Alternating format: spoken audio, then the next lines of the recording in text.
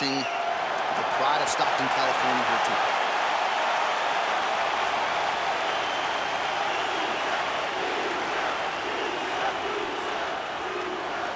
Big spot tonight. Jorge Gamebred Masvidal set to fight Nate Diaz. Our tale of the tape for this welterweight championship fight. Here's Bruce Buffer, being our referee for this one. So the Stockton Southpaw Nate Diaz back at it here tonight. More than 10 years on this UFC roster. Pretty fast starter. He'll try to get the hands to the target early on. And you know about the legendary chin. A lot of power in the opponent tonight, but easier said than done to get Nate Diaz out of it.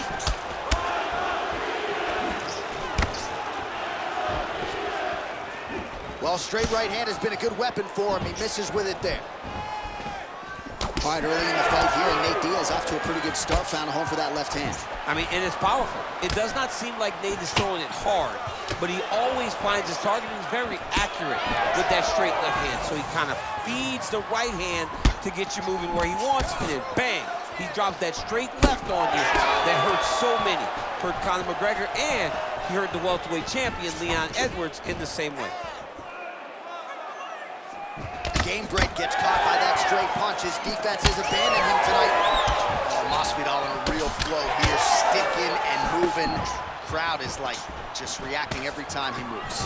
Masvidal now has the crowd eating out of his hands. The one thing about Jorge that makes him so difficult to deal with is he never allows you to trap him. If you got him trapped to try to hit the forward takedown, he evades and escapes. He's a phenomenal fighter. Oh, connects with the 1-2.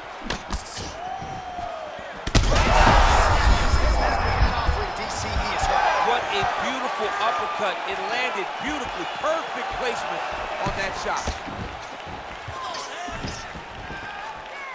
Back and forth we go here. Well, he rocked him, but couldn't finish him. He rocked him. He hurt him bad. He couldn't find that one shot to close the door. Could not shut the lights off. And now, he's past him trying to find that shot again. Not resting in the clinch, being very active and landing a beautiful punch there from the clinch position. He's got great kicks also. He needs to be throwing more kicks in this fight. He hasn't thrown many at all. Oh, great block there. All right, relax for me, bud. Good, you're doing fine. Again, going back to the jab just out of range. Under a minute to go in round one. Oh, how good is that jab by Jorge Gamebred Masvidal? To establish that jab once again.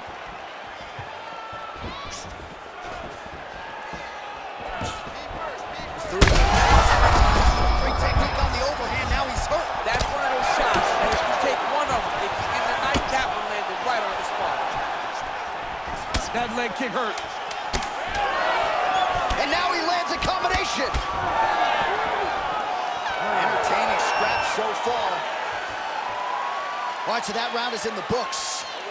Diaz has got a real significant cut above the eye. We'll see if the cut man can stop the bleeding. You've taken way bigger shots than that. All right, that was nothing.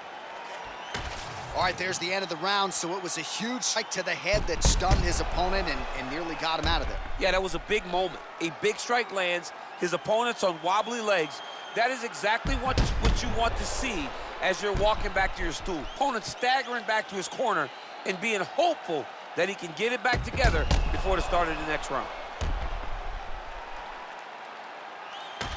All right, DC, here we go with the start of our second round. Jorge Gamebred Masvidal versus Nate Diaz. Oh, nice job by Nate Diaz yet again to find a home for that left hand. Yeah, he finds that left hand, Johnny. That's the huge strike lands there, and somehow his opponent's chin held up. His opponent's chin held up, but you do not want to be on the risk end of those types of strikes.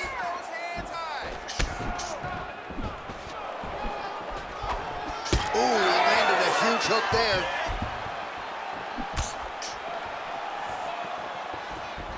Great punch.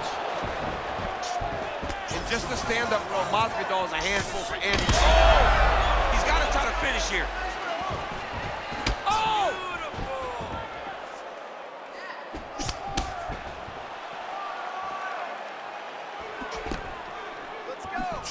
that left hand.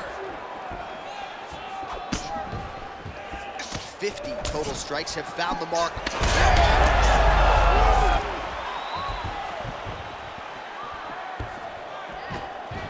Masvidal circling towards the left now. He just hurt him with a left hook, yep. Well, he's really starting to land a high number of strikes here in this second round. No denying that he has taken the message from his corner and picked up the pace here in round 2.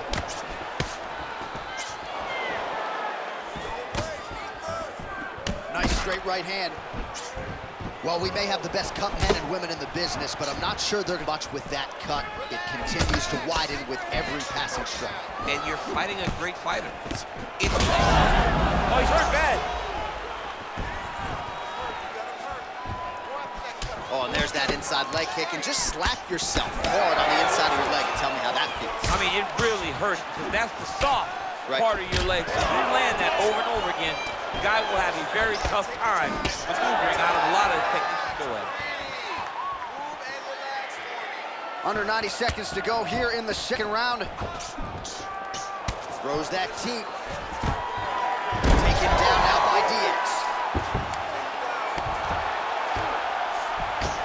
All right, half guard position for him here, and I can hear Dominic Cruz in the back of my head just screaming about underhooks somewhere. Yeah, he loved, I mean, but he's right? He's so right in terms of if you're on your back in the half guard, what? His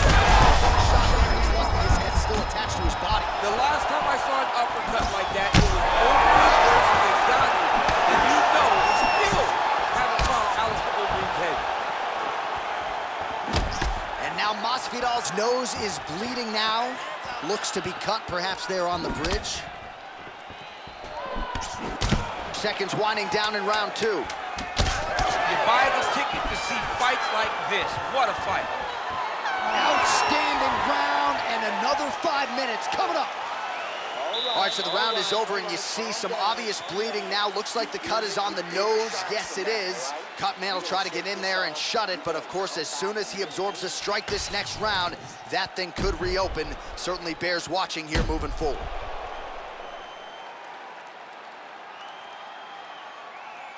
All right, so there's the horn signifying the end of the round. We had a knockdown there, but not a knockout. No, it wasn't a knockout, but you can't take those shots. That big punch landed, and it sat him down. If he gets hit with another one of those, it might be good night, Irene. You ready to fight? Ready. Go. Round 3 of a possible 5.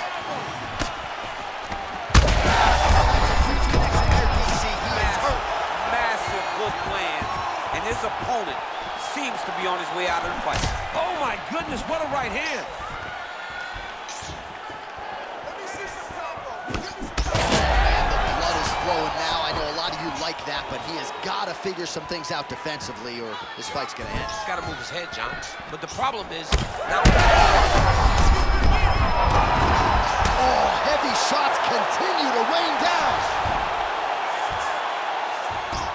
All right, half guard position here, DC. You have an extra hop in your step when you talk about fighters working out of this half guard. Oh, man, I like half guard as a top fighter. I understand half guard as a bottom fighter. Don't want to be there. It's very dangerous. But if you are... Now his opponent's really on the ropes. His opponent's on Beat Street. He's hurt so bad. I don't know what he's going to do to stay in this fight.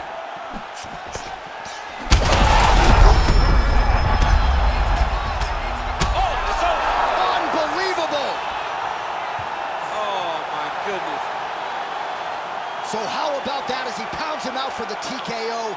Prioritized the finish tonight. Absolutely gets it with style points. A huge, huge result here in this arena tonight. It's always fun to see an athlete tell you what they're going to do, and then they do it. This guy told us he was going to get a finish, and that's exactly what he did. Him and his team are going to have a fantastic time tonight celebrating. They should all be very proud.